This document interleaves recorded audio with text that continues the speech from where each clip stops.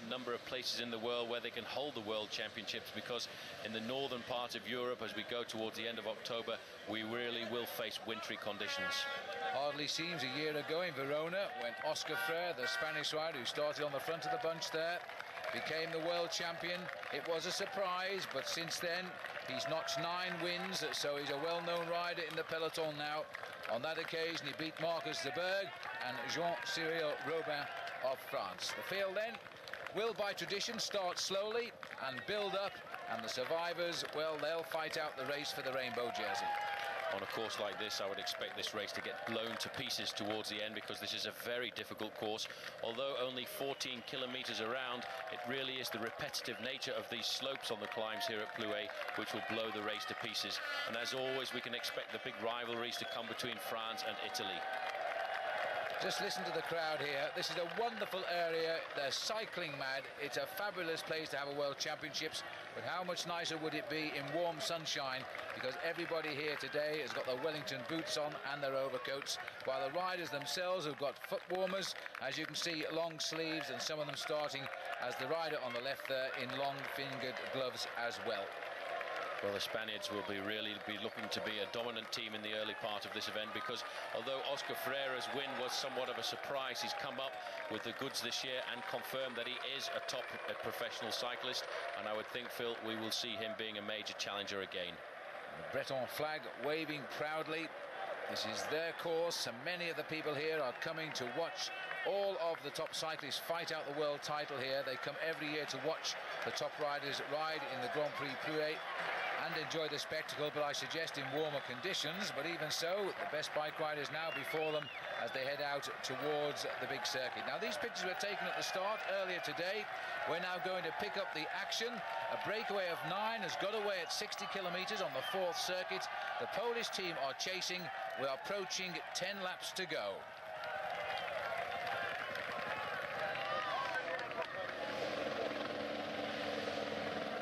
So this is the Polish team who have driven this race, Paul, for a number of laps. I'm not too sure of their tactics, because they must have great confidence in one member of the squad to drive it like this, and the other riders behind are quite happy to allow it. It's a long time since we've seen a Polish squad at the World Championships quite so dedicated as this to do all of the work on the front of the main field. These guys have been in the saddle now for over 3 hours of bike racing, and I tell you one thing, the speed that it's been run off at so far, it's going to cause some pretty serious breaks in the main field in the last 2 hours. Well, there's the gap, as the clock will stop as they go through. As they drive on, the counter on the right, 10 laps still to go on this course. This is very typical of elite racing, allowing a breakaway to run and then start to drive it down. And the big bunch quite happy at the moment, and that, you see, is the danger here. This feeding station is in a rather bad and precarious place, slightly downhill. The riders come through here pretty quickly. And, you know, during the races this week, they've had 1 or 2 problems, and they're having it with the pros today. This is always a dangerous point, because the helpers come further and further into the road, actually causing a natural alleyway, and that's why they do get these accidents.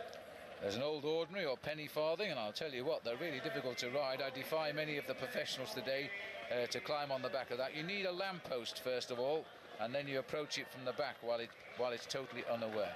And once you're up there, goodness knows how you get off. Huge organisational job has been done here by the organising body here at Plouay for the culmination, really, of their week festival of cycling, and this is the World Professional Road Racing Championships. They call it the Elite Championships nowadays, but this is really the ultimate. These are the best men in the world, and this is part of the course, Phil, which is very difficult indeed. The thing about the course here around Plouay is there's nowhere to rest and recuperate. It's hard on all of the time. Chance now to look at these 9 men. They got away on the 4th lap when they set the fastest lap time so far, 18 minutes and 9 seconds, an average speed of nearly 47 kilometers an hour. That's when Benetton, Jimenez, Lelekin, Diaz Justo, Bochat, Pronk, Moreau, Maréchal de Luca all got clear of the field. And now here we are on lap 10, and the time for the last lap was just over 19 minutes, so that was a very quick lap. Very rapid lap indeed. But the strange thing I've always found about the professional road race, Phil, is it starts fairly slowly and it builds up in magnitude towards the end. And very often, if you look back through the records, you'll find that the fastest lap at a World Championships has usually been the last one. And despite the conditions here, the crowd all the way around the circuit. Just take a look at the mud on the side of the road. People who have been camping here have been paddling the way to the fence, I think. But even so, they've stayed and stuck to the guns and enjoyed some excellent World Championship racing here. As we look down now at Christophe Moreau of France. So the French have got a man in the move. Give them an easier ride for later, perhaps, because their big name still waiting to fire at the rear of the field. This is Roger Beauchat, the Swiss rider. He also has got his big team behind him. It's a pretty dangerous rider in here as well, just sitting on the back there for Italy. Danilo De Luca, a big favourite, a man who we saw ride very well at the Giro d'Italia earlier this season, which is why I think the Italians are not chasing at all at the front of the main field. They feel quite happy having De Luca in this group. The rider from Belgium who's managed to slip in there as well, Thierry Maréchal, a French-speaking rider, he too is just sitting back, not contributing too much. I think most of Belgium today, Phil, will put their hopes on the shoulders of Axel Merckx. Well, it's unlikely the breakaway will hold them off to the finish, but there's only the Poles chasing, maybe because of the spread of the nations here. De Luca is, as Paul has said, probably the biggest name to be here. He was trying so hard to pull on the Maglia Rosa of the Giro d'Italia this year. He got himself up in the end for the stage win, and he got up the second overall, but he never quite got the jersey before he gave it all up. But he's had 6 wins now this season and a real up-and-coming star of the future. There he is. He's only just over 24 years of age. He's one of those cocky riders who knows what his talent is and is prepared to show it to the world. Certainly is a great bike rider. He was hoping to ride well at the Olympic road race as well, but he was put into second position, really, looking after his teammates Michele Bartoli and Paolo Bettini. They were the ones in the action, but you can see the crowd is absolutely magnificent, and there's a lot of pressure still being put on the front of that main field, Phil, by the Polish squad.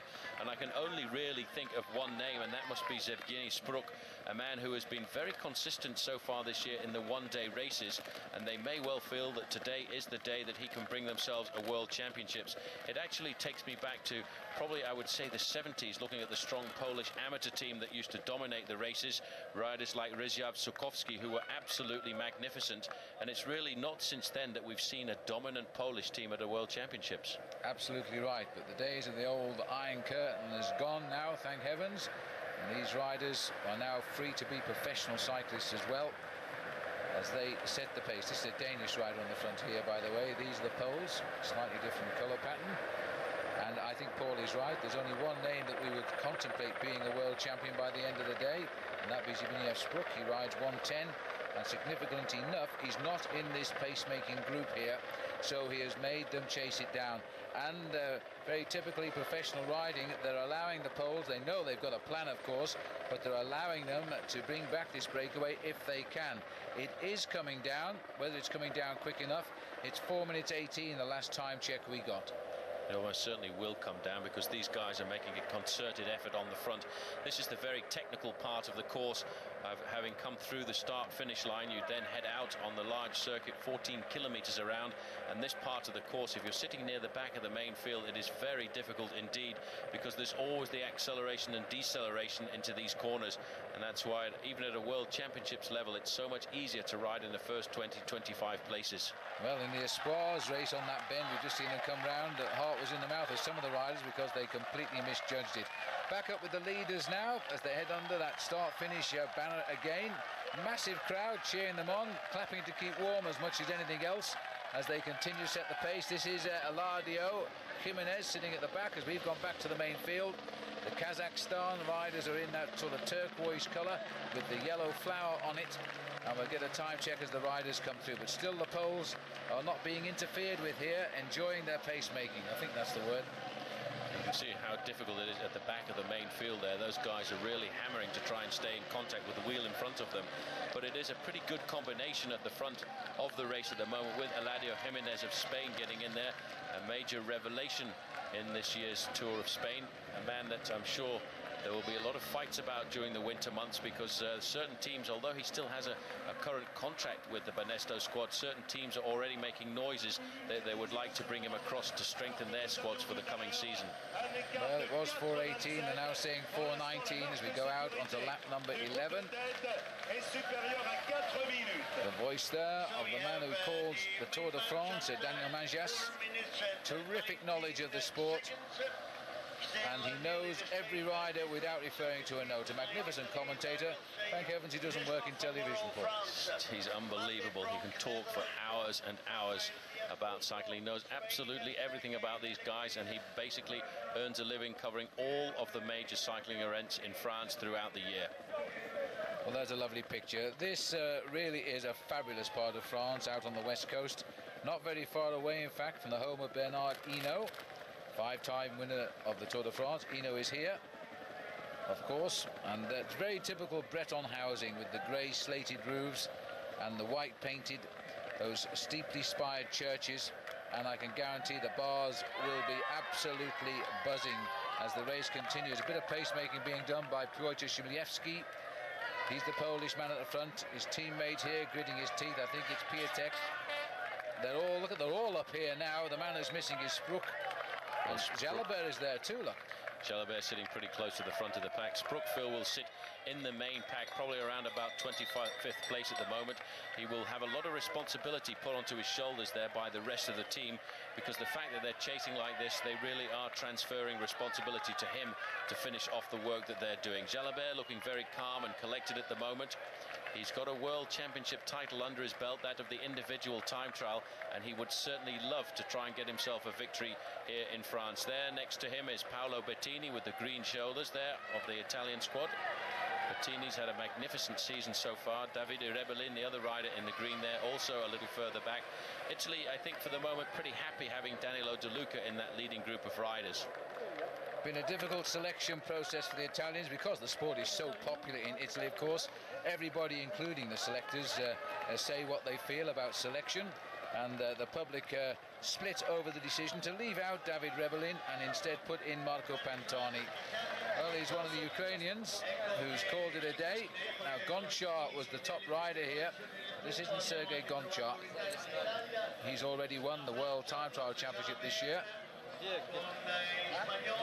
And this is the sort of conditions. It's Vladimir Duma, who was the last rider, and I think the only rider to finish for his team in the Tour of Italy, wasn't he, Paul? He was, in fact, and he took out a stage victory, a win at the front of the main field, I should say, just behind the great breakaway by David Mackenzie, Australian rider on the Linda McCartney squad. He popped out of the pack there, and nobody really knew who he was at the time. And now he's taken an early shower. Still the poles on the front, Phil, they really are digging deep, and they're going to have to do something pretty special. They've taken 40 seconds off the advantage of those leaders right now, and still it's a very large pack for a World Championships at this stage. Under the banner again, the gap is coming down, but ever so slowly. The clock counts on, but it was inside. Well, they're saying 4:01, but I think it's less than that, because the head of that field went under that banner. As another lap is ticked off by the driving of the Polish boys. There's no doubt they've got a plan, and the rest of the race is thanking them very much for taking them all up to the leading group, and they're offering no assistance at all. So every one of these Poles sacrificing his world title for one man. We think we've nailed down the man in Zbigniew Sprook because we can't see him, and he must have told his teammates to go and drive the race. Well, he must feel good. He's had a very good season with a lot of placings in the individual single-day World Cup races. He's a magnificent bike rider. I'm not sure that I would rank him as a world title shot, but maybe today he's in a special day, which is why he's asked his team to come forward. And the thing is, they have really missed the boat, the Poles here, because even the French must be pretty happy with having Christophe Moreau in that leading group of riders. All the major nations at the World Championships, the French, the Dutch and the Belgians have got representatives up there, and of course the Italians too, which is why this situation has developed on the road for Poland. They're going to have to chase, and a 4.5-minute gap is a very difficult one to have to pull back at this stage of the race, because we're only just past half distance, and there won't be too many Poles left with good legs towards the end with a chase like this inside them. Well, I think as you spoke there, Paul, there's one just blown out and he's dropped away from the front. He said, "That's my lot." And I think it was Szymlewski. He's gone to the back now as the rest continue. Well, although our screen a few minutes ago did say 4 minutes, we're getting checks now 3:30, so this chase is working. It's bringing it down to very manageable performance.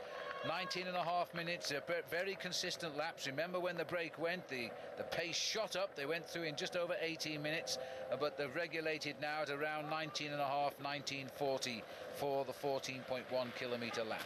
Just looking at the long line of bike riders there, you can feel the pain and the speed of this main field. But you know, it must be that they are working for Sprook this year, because Sprook has had a magnificent season in the one-day classics. Finished 4th in Milan-San Remo back in March, followed that up with a 9th place in the Tour of Flanders, 8th in the Amstel Gold Race. So he's always been looking to put in a good performance, and in fact we did see quite a lot of him at the front of the main pack in the Olympic Games, which wasn't too long ago in Sydney, but certainly under slightly different climatic conditions. Well, I've known Zbigniew Sprook for a long time because I used to organise the British Milk Race for many years, the race director of that for 21 years, and in fact Zbigniew was one of the stars of the milk race. He used to come and ride. But look at this, Paul, an attack now by the French. Oh no, this is coming back through the cars, so we've had a flat tyre. It's a problem. That's Jalabert who is down there. He's being paced back into the main field, and it may well be that he's had a flat tyre. There doesn't seem to be any panic at all there. He's being paced back into the race by one of his teammates, and there's a Dutchman just sitting on the back there for the ride. Well, if you've got to puncture, early is better than later. Jalabert, though, returning to the fold in many ways here to represent his country, because he had a bit of a fallout over the last couple of years on the anti-doping policy and the exterior testing of riders, and the fact that he's moved to live in Switzerland away from the French, rides for a Spanish team, etc. Lost a lot of favour amongst the officials, but they've let him back in now, and he would love a result, because at the end of the year he apparently is going to leave Oncé, and then he'll be looking to come in to a French team. He also has a problem that he doesn't have a contract signed at the moment. He actually declared that he wanted to have his contract signed and sealed before he went along to the Olympic Games. Well, that didn't happen at all, and in fact now he's still getting towards the end of the season without a contract for the coming year. Big Tom Leeper, I think it is. We caught a glimpse of Australia there. Just move up on the outside. There's only 4 Australians started today. Jay Sweet, the sprinter. Scott Sunderland, who was rather miffed he was not selected for the Australian team for the Olympic Games. He appealed that decision but lost, and he's got good form at the moment. Stuart O'Grady is in here, fresh after his crash. Well, not fresh, but since his crash in the Tour de France. He rode in the Olympic Games, but not with any real distinction. And Tom Leeper we've just seen. It's Francesco Casagrande just on the left with the green.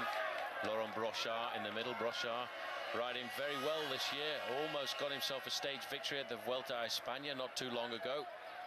Coming into the city of Avila just towards the end. There's Scott Sunderland there in the Australian jersey with the glasses on.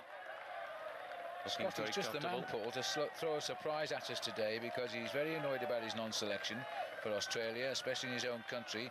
The Olympic Games were in the state of New South Wales. He's a New South Welshman. He comes from Inverell, so he desperately wanted to ride those games but didn't make it, and he's up here at the head of the race. One gets the feeling now that the Polish team are tiring, but they are still closing in on those leaders, which are beginning to show signs of raggedness. We're not seeing too many pictures of them, but when we do see them, there are signs of riders getting a little bit tired now. New Italian team colours off to the right with the green tops of the jersey.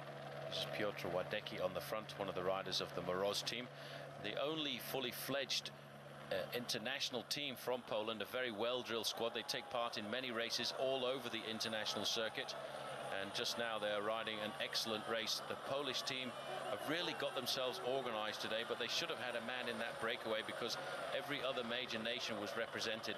The tactics at the World Championships are always very strange indeed, because it's always a big battle between France and Italy, and everybody else very often just seems to be along for the ride. Just got a glimpse there of number 1, Oscar Freire, last year's winner, riding near the head too, but not overdoing it. He's a marked man, of course, now, 1 year on, 9 wins, and a real challenger, recognised by the pelotons, a man for the future. Had this back problem all year, which he hopes to get sorted out as he runs out of his season now. Still, of course, a rather exciting and very interesting Tour of Lombardy to come, with André Schmil now showing a challenge to Eric Zabel for that championship, and Schmil starting today, one of the favourites. Another non-starter today, by the way, Abraham Olano. He's gone back home to Spain. Well, he was a little bit surprised at not taking out the win in the individual time trial. He was the #1 favourite, fresh from the Olympic Games. He felt as if he would have won the event, and he blamed it on bad communication between himself and his manager. But I have always thought that if you go out to win a time trial, you have to ride as hard as you can for as long as you can. So I think maybe the form just wasn't there.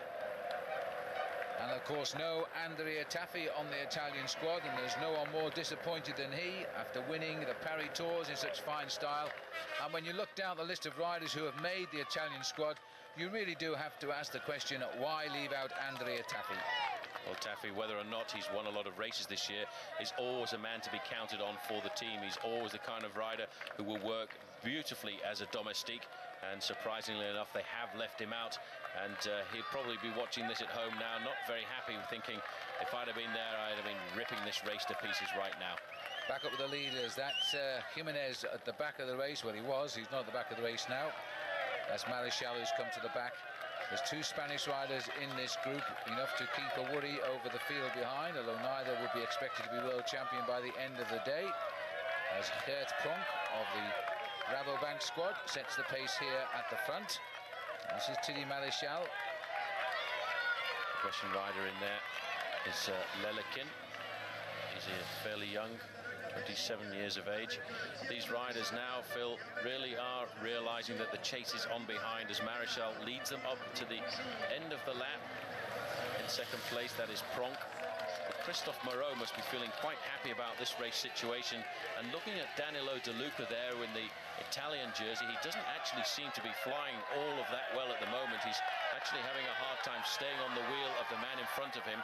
So we may well see another change in tactics later on. If the Italians get wind that in fact their man Danilo De Luca is not riding too well, I think they will come to the front as well and start to chase. Well, I think this is attack time here. They've decided these 9 riders are getting a little bit cumbersome. They know that the Polish train is reducing it, and they're trying to split the field here as they come up this very nasty drag. It'll get worse too as the race goes on, because that is Roger Bochat who has got on the train, and Gert Pronk is tagged on, but there's a few missing now.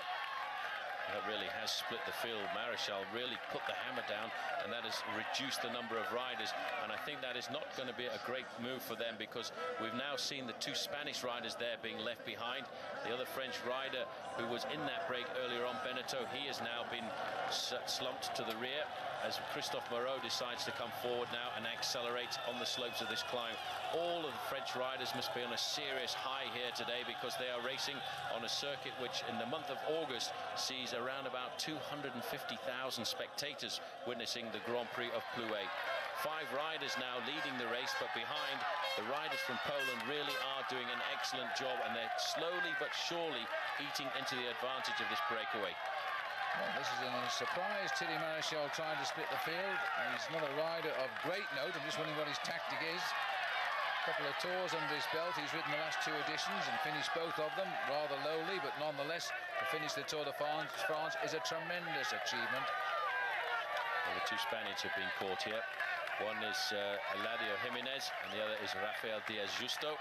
And the other rider caught out in that split was the Russian rider Sergei Lelekin. If they can integrate over the top of this climb, they will reform to make a 9-man leading group. But looking back, it looks as if they've already lost around about 20 seconds from the 5 riders who are leading right now. 168 kilometres done. 5 of the original 9 that got clear around the 60-kilometre point. So they've been 100 kilometres together. The 2 Spanish riders are being dispatched backwards, as too is Walter Beneteau, the Frenchman. And the Russian rider Lelekin. Marichal was the troublemaker, 27-year-old. He's got 2 wins this year, including finishing 2nd overall in the Circuit Franco-Belge. A very good result for him, so he's got his form at the right time. Christophe Moreau has decided what his tactic is going to be as we get confirmation of the group there. Although I did say that Danilo De Luca looked under pressure, he's still in this leading group of 5, and so that will take the pressure off the Italian squad behind. Walter Beneteau, by the way, in the 2nd group on the road there for France, won the Circuit de l'Orne, which is not too far away from here. It used to be known as the Criterium of Châteaulin, and it was always the great big revenge match after the World Championships, when the World Championships were held in August.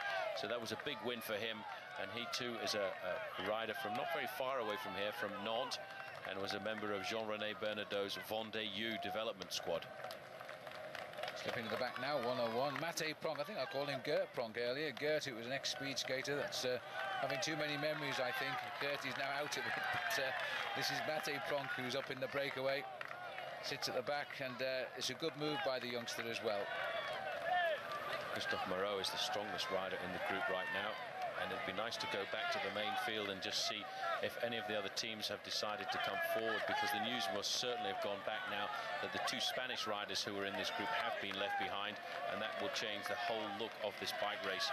Obviously the Belgians will be fairly happy with the presence of one of their riders in here, but one man on the Belgian squad has actually axed the whole of the end of the season towards this World Championships, and that's Andre Schmiel, recently second in the Paris Tours World Cup race. He is looking for the big win here, and in fact declined selection for the Olympic Games to concentrate on winning the World Championships. Well, he's going to thank the Poles if they catch up. The Italians are hovering. Look, all of them with the green jerseys on. Still 4 Poles setting the pace, and no one is assisting them. The pace, though, is registering the fact that they are bringing them all back. Ever so slowly is the case, but the gap is closing. They should be inside 3.5 minutes at the next time check we get. I think it's a bit strange to be looking at a World Championships and have names like Jan Ullrich, Lance Armstrong and Alex Zuller absent from the starting list. A real reflection that the majority of the big names can't hold on till the end of the season, and unfortunately we have had good World Championships, but maybe not all of the best riders in the world are present at the latter part of the season. In a couple of years' time, these championships on these dates will be in Canada. Well, I am assured that it's an area where the snow doesn't come that early. Let's hope they're right, because otherwise we would be in trouble. But there is a rumour actually coming out of these championships that they are seriously considering now moving the titles back into the end of the summer season, which will be August into September, where of course they always were. I think it's fair enough now, because the Tour of Spain has been a very successful move from April to September, a race in its own right now, much more interesting than it was, and so I think the change is ready. Absolutely. Christophe Moreau, the larger rider there, rode absolutely superbly in the Tour de France, finishing 4th overall, just losing out in the final time trial to his own teammate Joseba Belocchi. But Danilo De Luca, having gone through that bad patch, is really being encouraged now by the crowd, and what a magnificent crowd this is through the finishing area, Phil. I would say there are in excess of 350,000 spectators today, and if the weather had been good, they were expecting 500,000. Well, watch the clock. 7 laps to go. These 5 riders must now be feeling the Polish cold air coming up from behind. These are the 4 that were dropped from that group of 9. Remember, they went away on the 4th circuit. We're now 7 from the end of the 19. And they know they're resigned to the fate now that shortly they'll be the first to see the Polish boys close it down. Well, the fire has gone out of these guys now, and they will know that fairly shortly they will feel the breath of the Polish squad on their backs, because the Poles are doing a magnificent job on the front of the main field, trying to pull this race back together. And the fact that that leading group now has split into 2 groups of 5 and 4, I think we will see the whole race coming back together. But it's going to be a long, hard chase by the Poles. This group now of 4, Phil, just inside 1 minute in arrears of the leading group of 5. Yes, they've more or less given up now. Once they're dropped, there's no point in continuing on. You may as well just ride round till the peloton picks you up and see if there's anything left in those legs. Back into the danger zone. This is there's the French with all the bags hanging out. But he looks at Francis Moreau. Yes, he got one. He's had an unfortunate season this year. He's had 2 crashes very early on. Francis Moreau broke his collarbone in the first one, then fractured his skull in the second. But at least he's got himself back into form.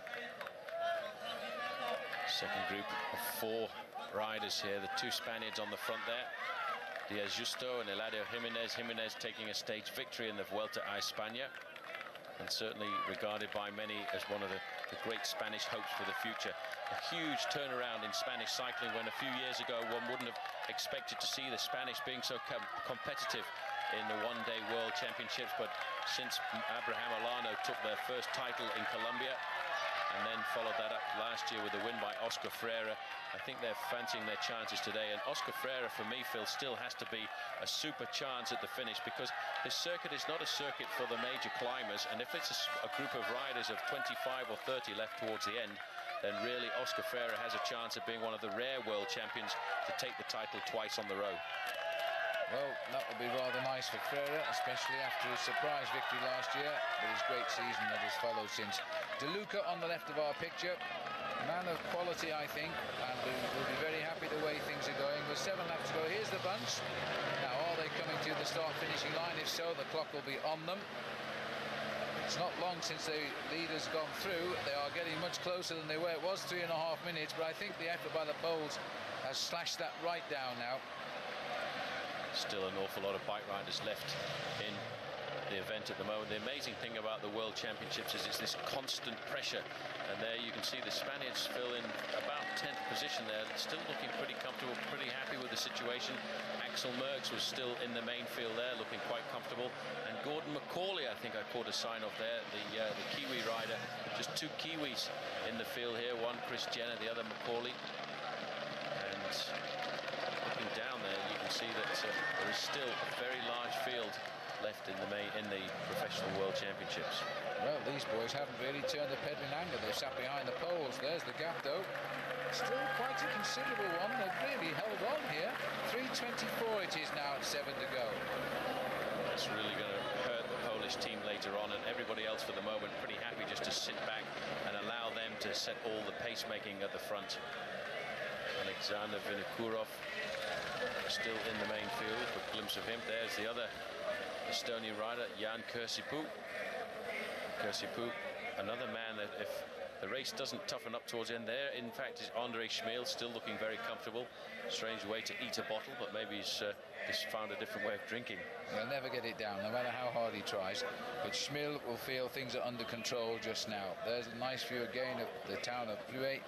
This race on the outskirts. The town itself is full of narrow streets, and you couldn't run the race through there. So they're on the outskirts here as the peloton, still a big one, speeds on its way, still working out how they're going to close the gap, because the last time round it was 3.5. They've only knocked 7 seconds off this time, and that's not an indication they're going to wipe them out yet. The Poles are going to request some help soon, I think. Well, 54 seconds, that group of 4 is in arrears of the leading group of 5 in the main field, 3.5 minutes behind right now, and all of the pressure, Phil, still coming from that Polish squad. These are the 4 riders caught in the middle. Walter Beneteau is number 25, rides for the Bonjour team, and the 2 Spaniards, they really did get caught out there, Diaz Justo and Eladio Jimenez. And Sergei Lelekin, well, I think he's just pretty happy to be there, because Lelekin is not a rider on one of the top international teams. In fact, this is the first time I've seen Lelekin racing, and he must be pretty happy to be at the front of the World Championships. A big chance for a rider like him to interest the sponsors and possibly ride into a professional squad for next season. Well, Beneteau there got round his first Tour de France this year. He's only a youngster. Another one of the fines, I think. Finished 71st, but the fact was he finished, and he seems to have come here determined to establish at least an impression on the event. Well, another team coming to the front now. It may well be red and white, but this time, in fact, it's the Danish team have decided to send 1 or 2 riders further forward. They've seen the big pressure that the Poles have been put under and decided now is the time to come forward and help out in the organisation at the front of this pack. And now that we are getting another team interested, it may well be a time that the main group in front will start to get pulled back. The thing about the Danish team is we did see a very impressive Rolf Sorensen a week ago in Paris Tours, and it may well be that Rolf is looking for the biggest title of his career. He's won almost every major one-day race that there is on the calendar, but he's never been world champion. This is the dangerous stretch. We've had quite a few little tumbles here with the women juniors and the espoirs coming down this section on the sharp left hand. I think it's Alan Johansson who's on the front. He's a sort of elder statesman now of the Danish riders, but even so, he was a late turning professional, and he is a strong man, so they'll welcome him at the front, and the Poles could do with a break anyway, because I don't know how many laps they've been chasing, at least 4. It's very difficult for them, and this is the technical part of the course, and I tell you one thing, you don't want to be in 30th or 40th position right now, because you're hanging right onto the wheel of the rider in front of you. There are the 4 riders who were caught in no man's land, so they're just about to get brought back into the fold, and so now the race situation will be the 5 leaders with the rest of the main pack together. Have to swoop round a roundabout, and the 4 riders round it first on the inside track. There's the field right onto them now, so the field will soon work out they haven't got them all if they didn't know already, and they'll assess who they've caught and who they haven't. There they are, the 2 Spanish, the Russian and the Frenchman are back in the fold. Where's the other Spanish rider? He'll be around somewhere. Well, now that this situation has happened on the road, I think we may well see Spain coming forward as well, Phil, because Oscar Freire must certainly be a serious challenger for the title.